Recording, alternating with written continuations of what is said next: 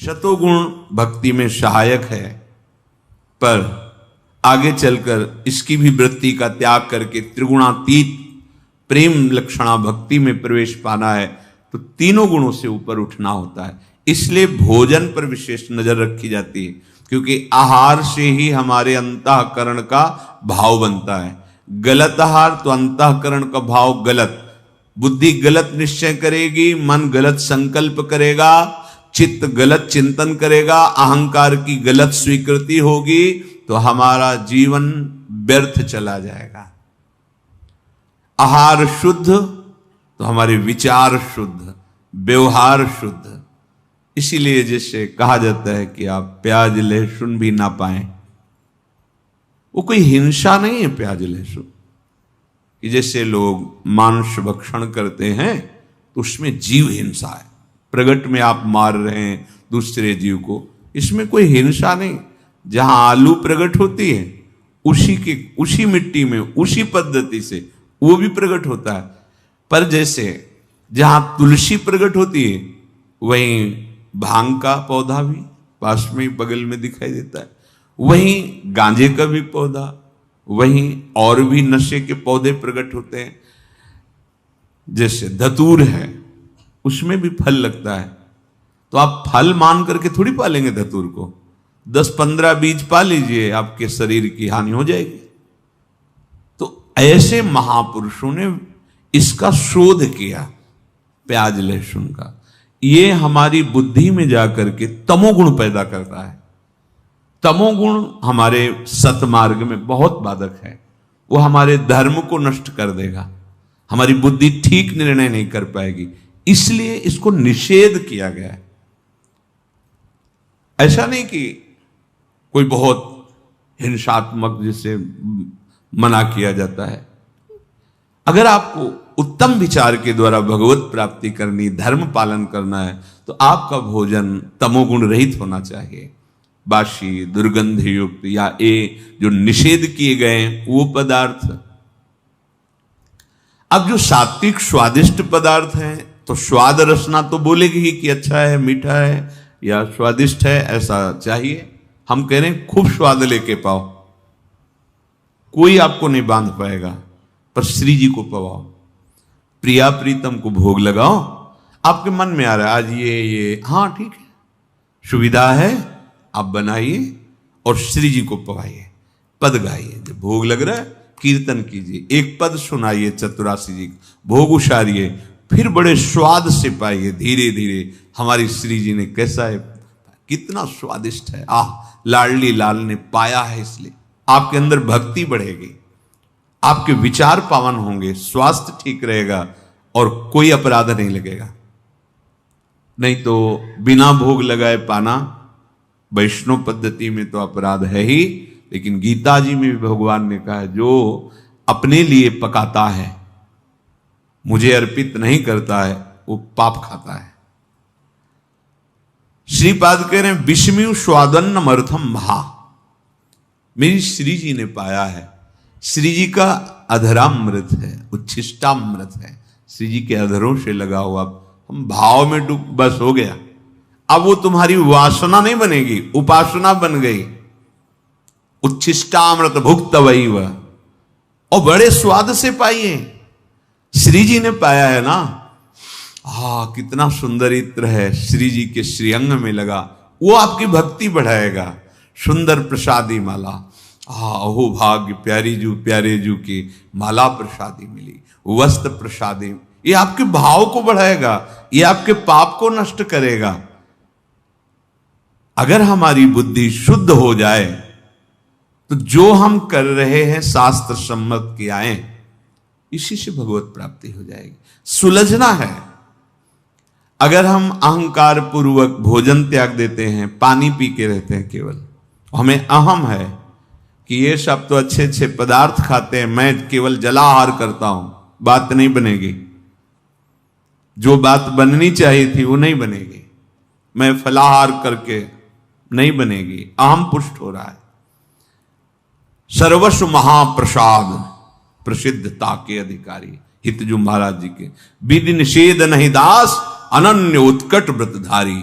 मेरी श्यामा जो ने पाया है, बस अब पाइए स्वाद से।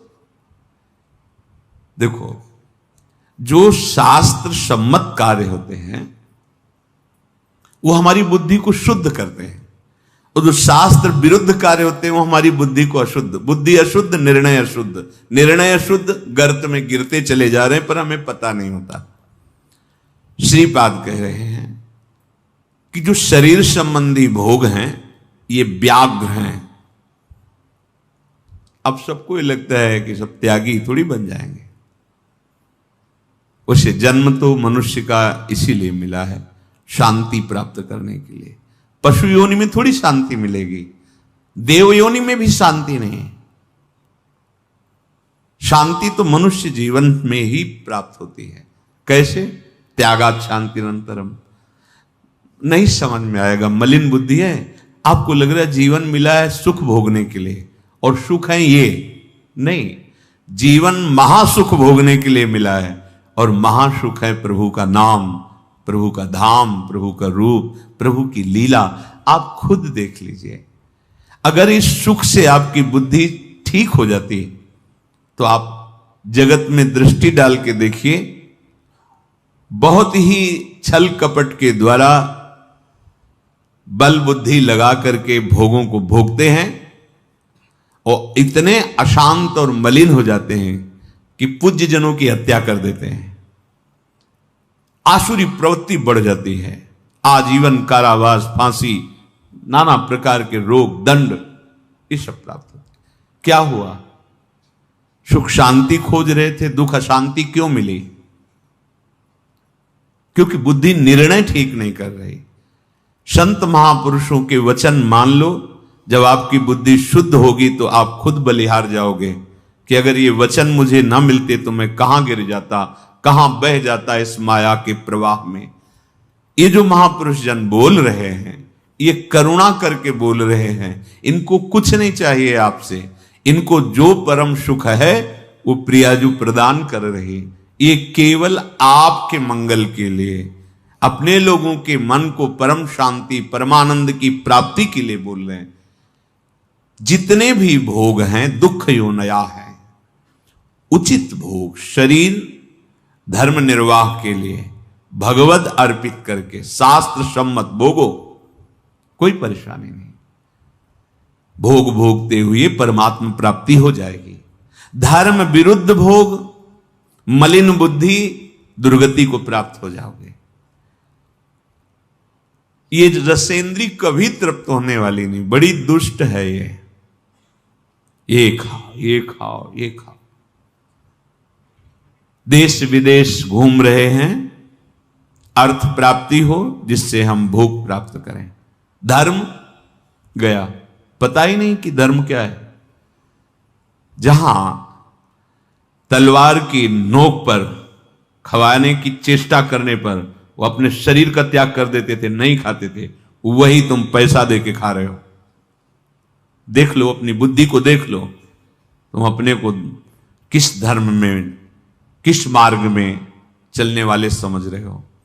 जहां तलवार की नोक पर कि तुम खाइए तो अपने प्राणों को त्याग देते थे, गला कटवा देते थे, वहां तुम पैसे दे के खा रहे हो, वही चीज खा रहे हो। कहां तुम्हारी बुद्धि गई? सुना कि अमुक आक्रमण कर रहा है, हजार हजार माताएं एक साथ आग की ज्वाला में उतर गई। आग की ज्वाला में उतरना अच्छा है, लेकिन अधर्मियों का स्पर्श नहीं। क्या बुद्धि थी? आज हमारी बुद्धि कहां पहुंच रही है? अगर अध्यात्म को नहीं समझोगे तो बुद्धि को ये माया नहीं सुधारती है, अध्यात्म सुधारता है, भगवत मार्ग सुधारता है। भगवत मार्ग आत्मानंद है, ये पर नहीं है, ये स्वा है। समझना बहुत कठिन है। उपदेश दे देना सरल है, उपदेश सुन लेना सरल है, स्वा पे स्थित होना बहुत कठिन होता है। इसीलिए वर्तमान के भोगों में हम फिसल जाते हैं। महापुरुष जन आदेश कर रहे हैं, ये व्याघ्र की तरह तुम्हें विषय वासनाएं नष्ट कर देंगी, ये रसेंद्री तुम्हें नष्ट कर देगी। आज कितनी घृणित बुद्धि का हो जाती है। रसेंद्री से क्या तुम पाना चाहते हो? क्या है? जिसे कहते हैं बहुत बल प्रदान करने वाला, और क्या क्या बड़ाई करके लोगों की बुद्धि में बैठा दिया। आप देखते हैं उसके अंदर क्या है, बुद्धि मलिन है। इसलिए हम अपने को बहुत ग्रेजुएट समझते हैं, बहुत पढ़े लिखे समझते हैं और सोचते हैं इससे बल बढ़ेगा। शारीरिक बल भी तभी काम आता है जब बुद्धि बल प्रवीण हो। बुद्धि बल प्रवीण ना हो तो शारीरिक बल का विशेष महत्व तो नहीं होता। तुम काल को शरीर से नहीं जीत सकते हो, तुम प्रारब्ध को शरीर से नहीं जीत सकते हो। बहुत सावधान। सब देख लो, विवेक के द्वारा देखो जरा जगत में क्या हो रहा है। भगवन नाम, भगवत चरण आश्रित बुद्धि इस जगत में भी आनंद प्राप्त करके और परमानंद में जाती है। मान लीजिए कितनी घृणित बुद्धि हो रही है। भला किसी दूसरे के शरीर को काट कर खाने से तुम्हें सुख मिलेगा?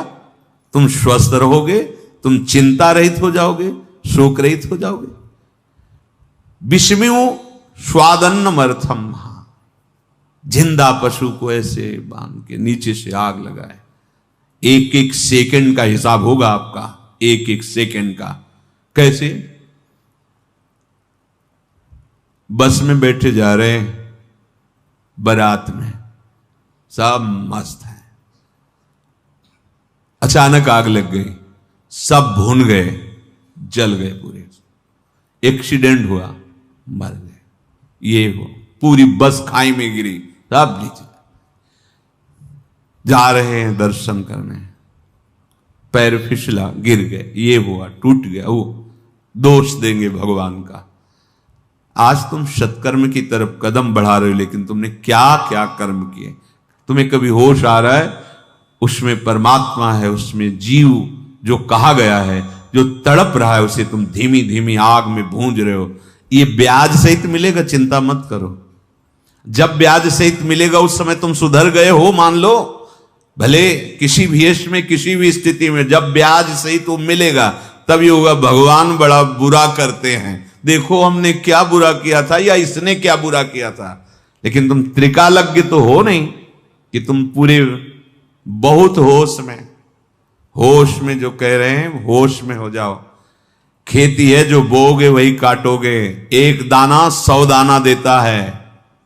एक तुम्हारा कर्म जो 1 मिनट दूसरे को कष्ट दिया, वो 100 मिनट तुम्हें कष्ट देगा। पर यह होता है कि जब मिलता है तब सबको दिखाई नहीं देता है। जब दंड मिलता है ना भाई, अगर ऐसा कुछ विधान होता कि उसने गाली दी, तुरंत 4 थप्पड़ पड़ गए किसी ने, तो हुआ, हिसाब हो गया। ऐसा तो नहीं है। मुकदमा चलता है वर्षों, फिर कहीं उसे दंड का विधान होता है, तब तक कोई जानता नहीं। यहां की भी बात ऐसे ही हमारे भगवान का हिसाब है। स्वादन अनर्थम, ये विष के समान है। अगर सेंद्री की केवल वृत्ति पूर्ण करने के लिए जीवों की हत्या, ये सब मान जाइए, हाथ जोड़कर प्रार्थना करते हैं, आप हमारी आत्मा है, आप हमारे हैं। अगर किसी को भी तुम कष्ट देने की बात सोचोगे तो वो तुमको हिसाब भोगना पड़ेगा, चाहे आगे कुछ भी बन जाओ। तुम बैरागी बन जाओ, विरक्त बन जाओ, कुछ भी बन जाओ, वो ब्याज से तुम्हें भोगना पड़ेगा। हां, या तो इस कोटि की स्थिति हो गई है तो शरीर में दंड है, पर आपको अनुभव में नहीं आएगा। वजन की आएगा, शरीर में आएगा। एक तितली की गुदा में कांटा डाल के छोड़ दिया तो मांडव्य ऋषि की गुदा में सूली काट दी गई, निकाली नहीं गई। अवश्य में भोक्तव्यम, श्री भगवान के वचन, अवश्य में भोक्तव्यम कृतम कर्म शुभाशुभम। नहीं भाई, तुम्हें देख रहा है शास्त्र शीर्षा पुरखा सहस्राक्षा सहस्त्रपात, वो हजारों नेत्रों से तुम्हें देख रहा है, किसी के साक्षी देने की जरूरत नहीं, वो देख रहा है। इसलिए विषमी स्वादन्नमर्थम महा क्यों कहा जाता है भगवान को अर्पित करो। तुम्हारी हिम्मत नहीं पड़ेगी अवक्ष पदार्थ भगवान के सामने रखने की, वही सात्विक पदार्थ ही भगवान को भोग लगाओगे तो भगवत अर्पित समस्त दुखों का नाश करने वाला बन जाएगा। स्वाद भी मिलेगा, स्वास्थ्य भी बनेगा, पुण्य भी बनेगा, पाप भी नष्ट होंगे, लाभ ही लाभ हो गया।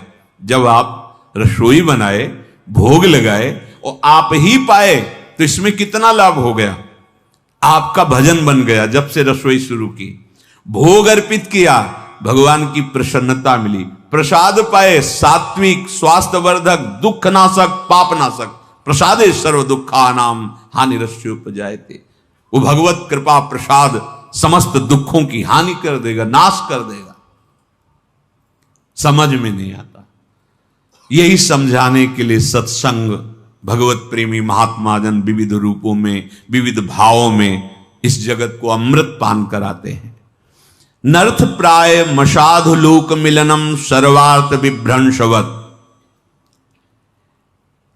ये धन की प्रधानता बुद्धि में हो जाने से अनर्थ जागृत हो जाता है।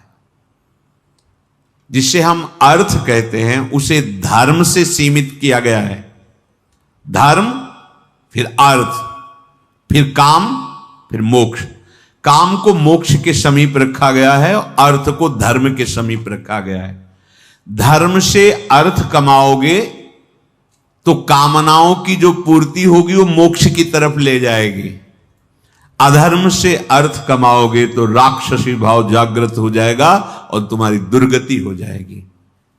जैसे हमें प्रगट में दिखाई देता है कि 1 लाख रुपया का जरा छल कपट किया, 1 लाख मार दिए, ठीक है, तुमने तो ऐसा कर दिया, तुम्हें बड़ा सुख लग रहा है।